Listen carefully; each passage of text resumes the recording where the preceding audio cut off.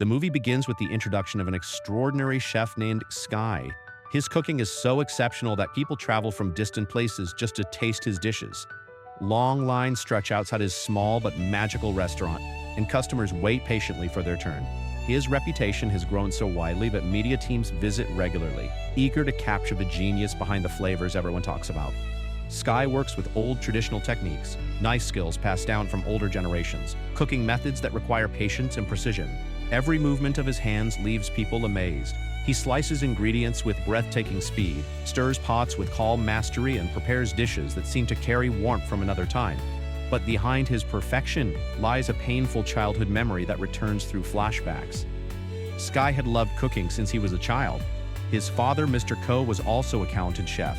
When Sky was just 10 years old, his father would stand beside him in their small kitchen and scold him harshly. "You've grown so much, yet you still can't make noodles properly," he would say. "How will you ever become a great chef?"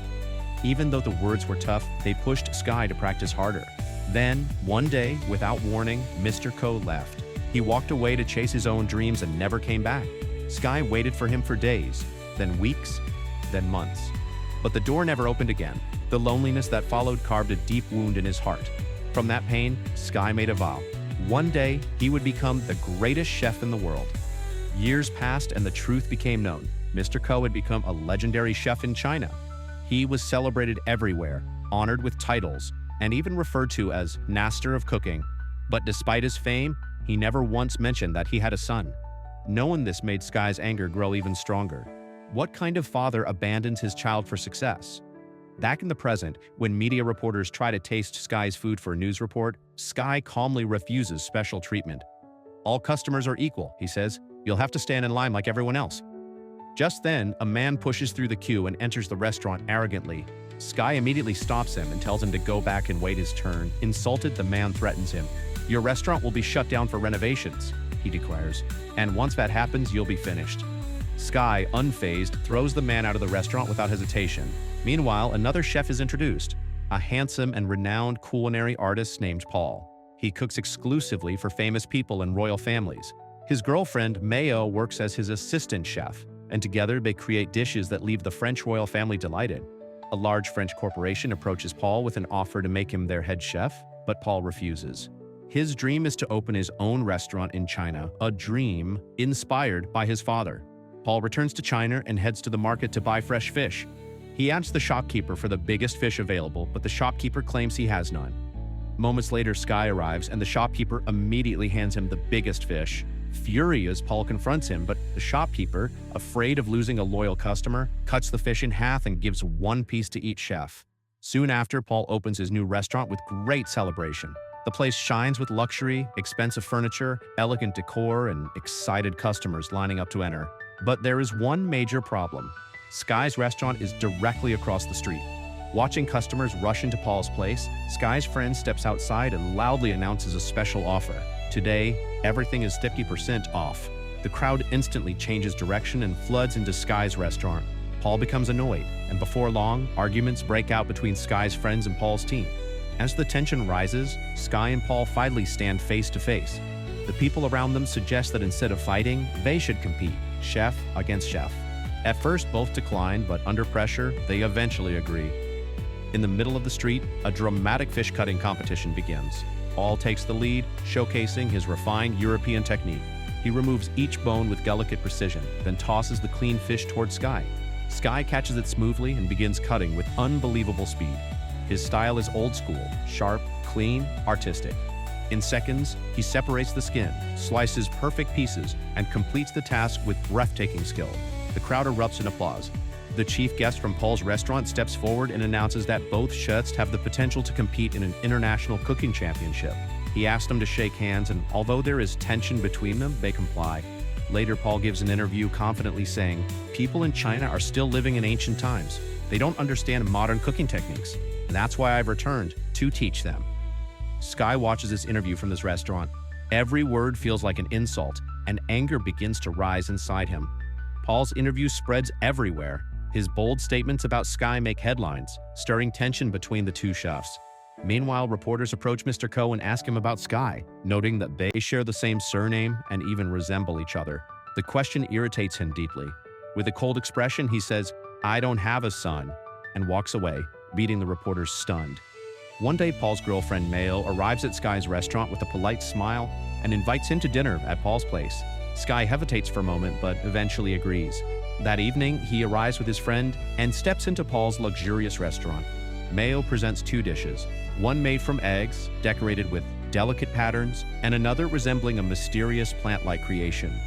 When water is poured over it, the dish blooms and rises to the surface like a living organism.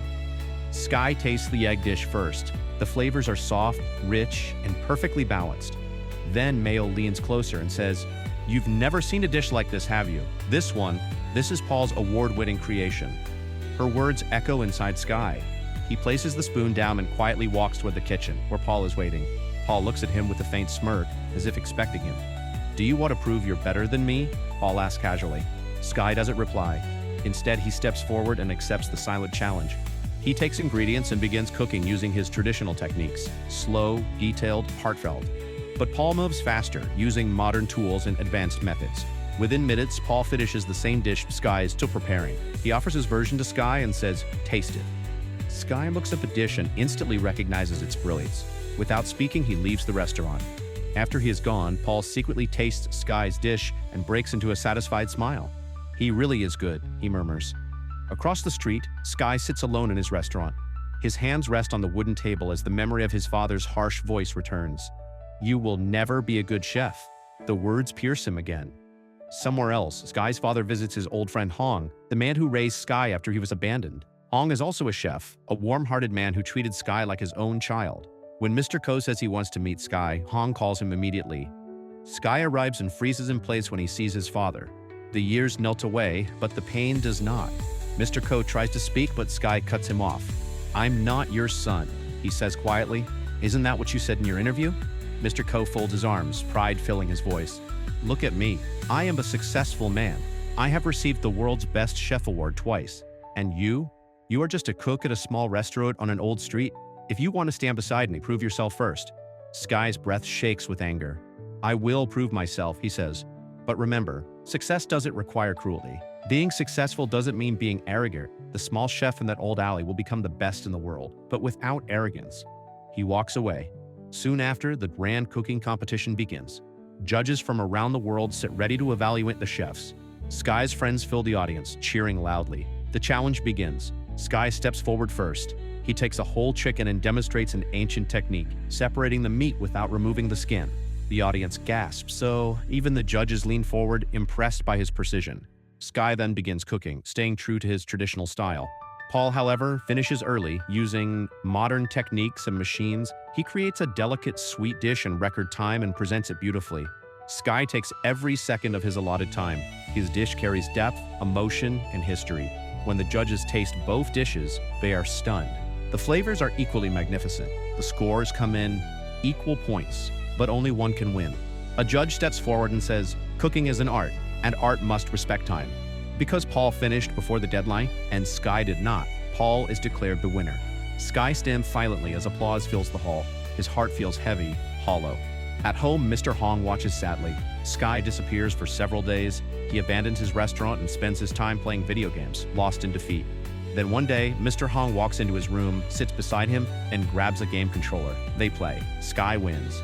Mr. Hong smiles gently and says, "Winning and losing, they come and go. Losing doesn't mean you can't win again. Prepare yourself for the next fight. You still have a long way to go." Only then do we learn the truth. Mr. Hong is the real owner of Sky's restaurant. He gave Sky a home, a place to grow, and lifted him from the streets into a life of purpose.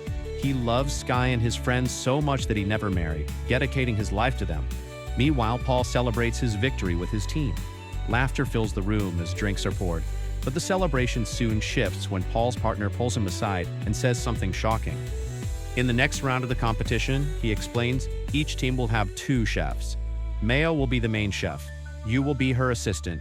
She's beautiful, and her presence will attract more attention to our restaurant. The words strike Paul deeply. "Mayo," he whispers, looking at her with disbelief. "She is just his assistant," Paul insists. "She doesn't have the training, the discipline, or the technique to compete on an international stage." But before he can finish speaking, Mayo calmly places 2 bowls of soup in front of him. Her expression is cold, unreadable. "Taste them," she says quietly. "Tell me which one has more salt." Paul hesitates. He picks up a spoon, takes a sip, then freezes. His face drains of color. Mael watches him with a sharp, knowing stare. "You can't tell, can you?" she says. "You're an excellent chef, Paul, but you have no sense of taste. Without the ability to taste food, you're nothing in this competition."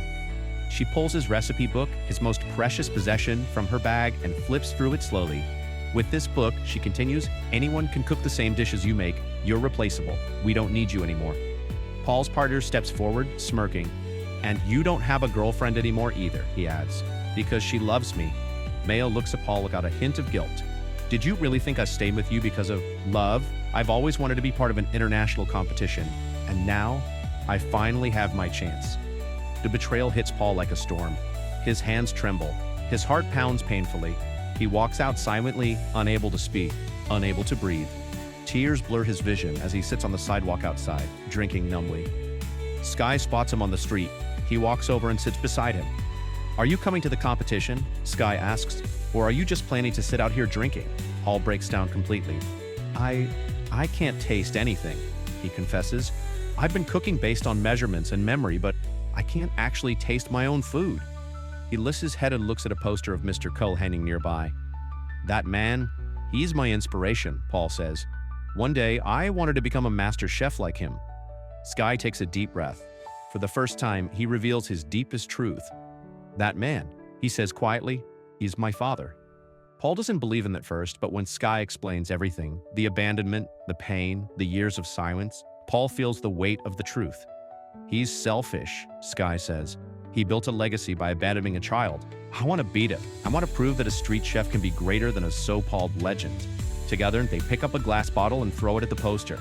It shatters on the ground, and they both laugh for the first time. Two broken men finding comfort in each other's pain, and from that moment, they become true friends. Later, Paul's former partners arrive at Skye's restaurant with someone unexpected, the same man Skye had thrown out earlier in the story. Together, they've bought the building and now own the entire restaurant.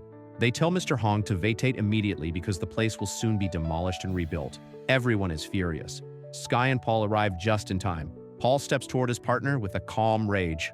"In the next round," he says, "my partner will be Skye, not Mael." His partner sneers. "If you don't do what we say, we'll ruin your career." Paul's fist connects with his partner's nose before he can finish the sentence. Blood spills. Everyone around cheers. The two chefs stand together, united at last. The next day, preparation begins. Skye and Paul cook side by side like true teammates. Skye teaches Paul ancient knife skills, how to feel the texture of food, how to trust his hands. Paul teaches Skye modern techniques, new tools, new presentations. Mr. Hong supports them both like a father. Soon, the international cooking competition begins. Famous chefs from all over the world gather, each representing a different country. As the first round starts, the arena fills with the smell of spices, sizzling oil, steaming broths. Mayo is there too, cooking with fierce determination. One by one, dishes are completed and tasted. When the results come out, Skye and Paul advance to the judges are amazed, calling their food extraordinary, something only a few chefs in the world can achieve. That night, the two sit together discussing strategy. But the rules say only one can advance to face Mr. Ko. Skye places his hand on Paul's shoulder. "I trust you completely," he says. "I know you can beat him." But Paul shakes his head. "No, you should go. You need to face him. You should be the one to show him that a street chef can become the best. I've reached this far without taste. That alone is my victory." Paul's words give Skye strength. Skye finally agrees. The day arrives. Skye stands before his father in the final round. They can cook any dish they want within 1 hour. Mr. Cole begins immediately, confident and calm. Skye stands still for a moment, staring at his ingredients. Memories flood in, children mocking him after his father left, the loneliness, the hunger, the nights he cried himself to sleep, and the friends who always saved him. As he stands lost in thought, Mr. Ko splashes cold water onto Skye's face. "Stop dreaming," he says. "Start cooking. I want to see what you can really do." Skye takes a breath, steadies his hands, and then he begins to cook. Skye focuses completely on his dish, blocking out the noise, the crowd, even his father's presence. Every movement becomes steady, precise, almost spiritual. On the other side of the kitchen, Mr. Ko cooks with flawless mastery. His hands move with decades of experience, shaping a perfect sweet dish that shines like art on a plate. Within an hour, he finishes. The presentation is beautiful, refined, and the judges are eager to taste it. Sky finishes too, but instead of walking toward the judges' table, he turns toward his father. He is holding a simple bowl of noodles, the same noodles he had failed to make hundreds of times as a child. Back then, Mr. Ko's voice echoed through the small kitchen. "If you can't even make basic noodles, you don't deserve to call me your father." Those words became the deepest wound in Sky's heart, and today he stands ready to heal it. With calm dignity, Sky places the bowl in front of Mr. Ko. He does not say a word. He simply bows slightly and begins to walk away. Mr. Ko lifts the chopsticks, takes a bite, and freezes. The noodles melt into flavor. Perfect texture, perfect seasoning, perfect soul. They carry the taste of childhood, of longing, of pain, of love that was never spoken. His eyes widen and his breath trembles. "I've never eaten noodles like these," he whispers, voice shaking. "Never." Sky turns and smiles softly. He did not come to win. He came to prove something. To himself, and to the father who abandoned him. That the street chef his father looked down on has become a world-level chef. That he is no longer the boy who was told he wasn't enough. Sky walks up the stage peacefully. Behind him, Mr. Ko continues eating the noodles, faster, messier, almost desperately. Each bite pulls out memories he had buried. A small boy waiting at the door, a child crying alone, a son cooking through heartbreak. Tears gather in Mr. Ko's eyes as he finally understands how much Sky must have suffered and how much he has grown. The audience watches silently. They understand now. Sky is Mr. Ko's son, and Mr. Ko has finally realized it too. Later, we see Sky at his restaurant again, returning to the life he loves. The small kitchen is alive with laughter, sizzling pans, clattering bowls. Sky and his friends serve food happily to the neighborhood, and now Paul works beside them, smiling, at peace, finally free of the people who betrayed him. Then Mr. Hong stands up in front of everyone. "Today," he announces proudly, "our restaurant has completed 30 years. Because of your trust and support, we survived everything. Our dream has always been the same, to serve good food at a price every family can afford. And the government has granted us permission to keep our restaurant open." Cheers fill the air. Mr. Han continues, smiling warmly. "We have officially purchased this place. This restaurant belongs to us now, and it will remain here forever, a gift to everyone who loves our food." Joy erupts throughout the room. Sky laughs with his friends, Paul claps in excitement, and the whole neighborhood celebrates the victory, not of a competition, but of community, love, and loyalty. And that is where the story ends.